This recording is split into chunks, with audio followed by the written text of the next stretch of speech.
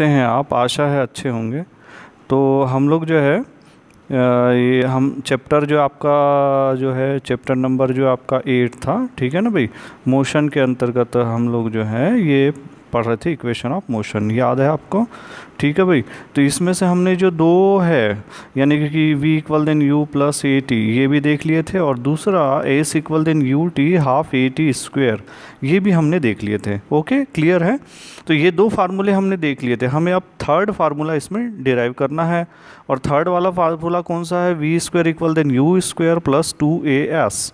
तो प्यारे बच्चों ध्यान दें कि एग्ज़ाम में इसको पूछा ही जाता है, इसका डेरिवेशन पूछा जाता है ना। दूसरा न्यूमेरिकल्स क्वेश्चन पूछे जाते हैं, ये सारी चीज़ें इसकी पूछी जाती है, ये काफ़ी इंपॉर्टेंट है और ये आपको 11th क्लास तक में काम आएगा। तो आप इसका डेरिवेशन को ध्यान से देखें और 4-5 बार प्रैक्टिस करके देखें। एक बार देखने से आपको ऐसा लगेगा ज़रूर कि मुझे आ गया है, लेकिन जब तक आप इसको बार बार 4-5 बार प्रैक्टिस नहीं करेंगे आपको नहीं आएगा, ठीक है। साथ में इसके न्यूमेरिकल्स क्वेश्चन भी बना ले, तो न्यूमेरिकल्स क्वेश्चन बनाएंगे तो उससे क्या होगा कि आपकी जो फार्मूला है अपने आप याद हो जाएगा, ठीक है भाई। तो ये कुछ ट्रिक्स हैं, है ना, कुछ ट्रिक्स आपको फॉलो करने पड़ते हैं हमेशा आगे रहने के लिए, ठीक है भाई। तो जैसे इसमें हमें मालूम है कि जो थर्ड इक्वेशन है, third equation v square equal then u square और प्लस क्या है 2as, ये हमको डिराइव करना है।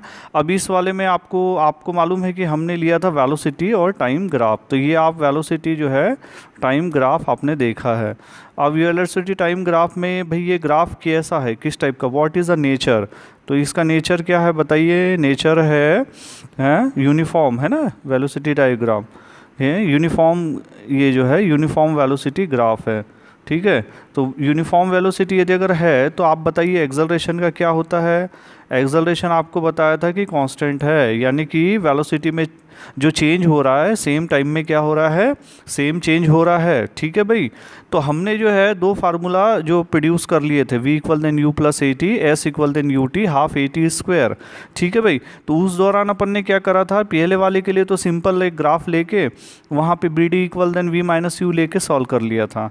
दूसरा s equal then u t half a t square लेने के लिए आपने क्या किया था कि जो दो अलग ट्रायंगल का एरिया है, ये नंबर 1 और नंबर 2, ये दोनों ले लिया था, क्योंकि आपको मालूम है कि किसी भी ऑब्जेक्ट के द्वारा जो ये जो डिस्टेंस कवर किया जाता है वो उसके एरिया के बराबर होता है, ठीक है। थर्ड वाला फार्मूले में भी बहुत ज़्यादा कठिन नहीं है, कुछ भी नहीं करना है, हमें क्या करना है, ये जो आप एरिया देख रहे हैं ये एरिया को मिला देना है। पिछले बार आपको जो दो एरिया मिला था, एक जो एरिया मिल गया था आपको जो है ट्रायंगल का अलग लिए थे आपने और रेक्टेंगल का अलग लिए थे, इस बार आपको क्या करना है, मिक्स कर देना है, दोनों को मिला देना है। तो एक कौन सा एरिया मिलेगा बताइए? अगर एक नया एरिया मिलता है तो ये कौन सा एरिया है? ये एरिया ऑफ ट्रेपिज्म है, ठीक है भाई। ये जो है आपका एरिया ऑफ ट्रेपिज्म है, ठीक है। तो ये आपको कम से कम मालूम होना चाहिए एरिया ऑफ ट्रेपिज्म होता क्या है, उसका जो फार्मूला है ये आपको मालूम होना चाहिए, ठीक है। तो ये एरिया ऑफ ट्रेपिज्म जो अपन यहाँ से जो निकालेंगे, एरिया ऑफ ये वाला ट्रेपिज्म, इसका यदि अगर हम फार्मूला लगा देते तो हमारा जो थर्ड वाला इक्वेशन है v equal then u square plus 2as ये निकल के सामने आ जाएगा। ओके, तो देखिए किस तरीके से अपन इसको कर सकते हैं। तो बाकी चीज़ें तो वैसी है कि कोई ऑब्जेक्ट और बॉडी है, वो यूनिफॉर्म वेलोसिटी u से चली थी, बाद में उसकी फाइनल वेलोसिटी v हो गई, इसमें जो समय t लगा उसके द्वारा जो पूरा डिस्टेंस है, डिस्प्लेसमेंट है, s कवर किया गया, ठीक है। तो इस वाले में थर्ड वाले इक्वेशन के लिए अभी मैंने आपको क्या बताया कि एरिया को ज्वाइन कर दिया है ना भाई। तो ये अब एरिया निकल जाएगा, है ना। तो वी नो, ये ग्राफ से ही ले रहे हैं, ये ग्राफिकल मेथड है ना, वी नो फ्रॉम ग्राफ से ले रहे हैं। तो ग्राफ से क्या हो रहा है, यहाँ पे ग्राफ का जो एरिया ले रहे हैं, तो एरिया कौन सा हो रहा है, area of trapezium, area of trapezium, ठीक है भाई, है ना, ठीक है, एरिया ऑफ ट्रेपिज्म ले रहे हैं। तो एरिया ऑफ ट्रेपिज्म होता क्या है ये आपको मालूम होना चाहिए। तो ये होता है 1/2 और बेस b1 प्लस b2 और इंटू होता है h, ठीक है। ये अच्छे से ध्यान दे कि भाई एरिया ऑफ ट्रेपिज्म होता क्या है, उसका फार्मूला आपको मालूम होना चाहिए। तो 1/2 base b1 plus b2 into h हो जाएगा। अब हम इस एरिया के ऊपर जाए तो भाई हम फिर यहाँ पे देखें कि b1 क्या है और b2 क्या है। तो यहाँ पे 1/2 कर ले, b1 मतलब पहला वाला बेस, तो ये वाला हो जाएगा पहला बेस, है ना, ये दोनों साइड जो है पैरेलल साइड कहलाएगी, ये दोनों साइड जो है पैरेलल साइड, तो ये दोनों बेस हो जाएंगे B1 और B2। तो यहाँ से लेकर यहाँ तक ले ले तो ये वाली वैल्यू कौन सी है, BC वाली वैल्यू है ना। तो BC की वैल्यू यहाँ पे क्या है, ये देखिए यहाँ से लेकर यहाँ तक ये BC की वैल्यू क्या है, V है, प्लस है ना B2 की वैल्यू B2, ये सामने वाली साइड है, मतलब मान लो ये B1 हो गया भाई और ये B2 हो गया, तो ये दोनों क्या मिला लोगे, AO क्या है, U है, ओके, इंटू H तो बहुत आसान है, H तो ये है, तो ये जो है हाइट लेंगे, तो हाइट जो है ये क्या हो रही है, T हो रही है, सामने इसके ये भी पैरेलल साइड है तो ये भी आप T ले सकते हैं, तो इस तरीके से T हो जाएगा। बस यहाँ से हमने ये देकर ये फार्मूला लिख दिया, तो इसका मतलब ये समझिए कि हमारा डेरिवेशन यहाँ से निकल गया। ओके भाई, ठीक है। तो मैंने आपको वहाँ से जो ये है ना ग्राफ से बता दिया था, तो यहाँ पे क्या हो रहा है आपका 1/2 V प्लस U और इंटू T।